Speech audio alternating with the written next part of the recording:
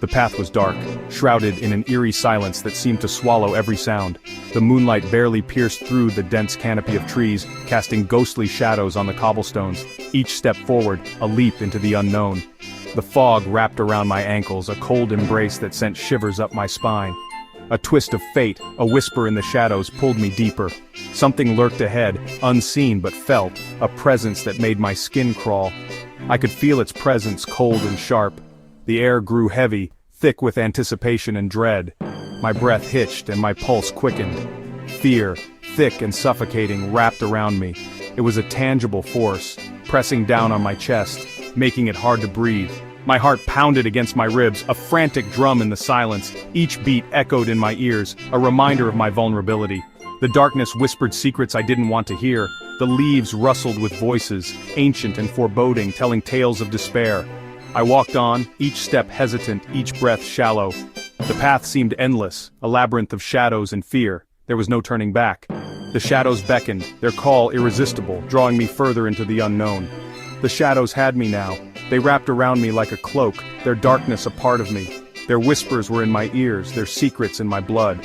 I was no longer just a wanderer. I was a part of the shadows, forever entwined with their mysteries. Then I saw him. A figure shrouded in darkness sitting on a crumbling stone bench. An old man, his face a mask of shadows and time. His eyes, two burning coals, fixed on me. He didn't speak. He didn't need to. His silence was a scream in the stillness. His eyes told a story of darkness and despair, a lifetime of shadows and regret. I stopped, rooted to the spot. Fear, cold and paralyzing, flowed through me. Who was this creature of the night? What did he want from me? He rose, his movements slow and deliberate, as if the weight of the world was pressing down on him. Each step he took seemed to echo through the silent forest, a haunting reminder of the struggle that lay ahead. His hand reached out, gnarled fingers like claws, grasping at the air as if trying to capture the very essence of the night.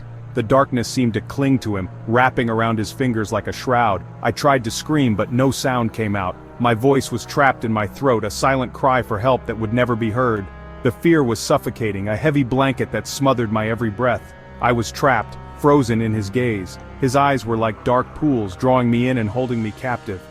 I couldn't look away, couldn't move, couldn't even think. All I could do was stare back, helpless and terrified. His touch was ice, searing my skin with a cold that burned deeper than any fire.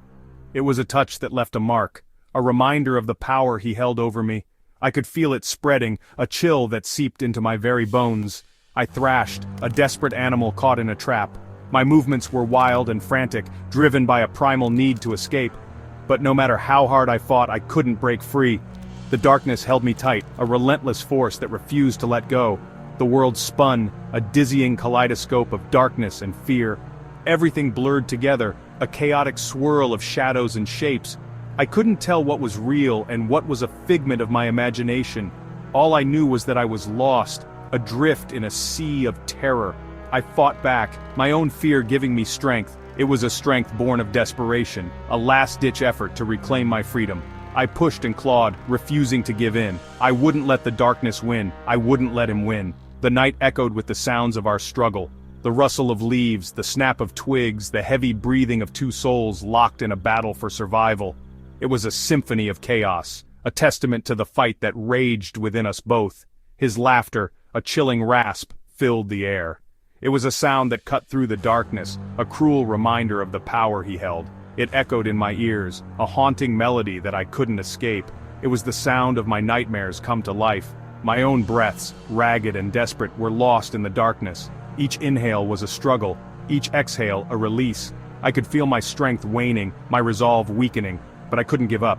I had to keep fighting, had to keep breathing. We were shadows dancing on the edge of a nightmare. Our movements were a twisted ballet, a dance of fear and defiance. We were locked in a battle that seemed to have no end, a struggle that would leave us both forever changed. Then, silence. The kind of silence that feels almost tangible, wrapping around you like a heavy blanket. I opened my eyes. Daybreak. The first light of dawn crept into my room, casting long shadows on the walls. My room, familiar and safe. The soft hum of the morning was a stark contrast to the chaos of my dreams. It had been a dream, a nightmare, the kind that leaves you breathless, heart-pounding and questioning reality. But the fear lingered, a cold sweat on my skin. The remnants of the nightmare clung to me, refusing to let go. The old man's eyes, those burning embers, still haunted me. They were seared into my memory, impossible to forget. His touch, the echo of ice, still sent shivers down my spine. It was as if his presence lingered in the very air around me. Was it truly a dream? Or had I glimpsed something beyond the veil of reality? Or was it something more? A warning perhaps, or a message from the other side? The shadows had receded with the night, but their secrets remained, hidden in the corners of my mind, waiting to be uncovered. The line between dream and reality blurred. Each moment felt like a step into the unknown, a journey through a foggy landscape. And the old man, the creature of darkness, lived on in the recesses of my mind, his shadowy figure a constant reminder of the night's terror.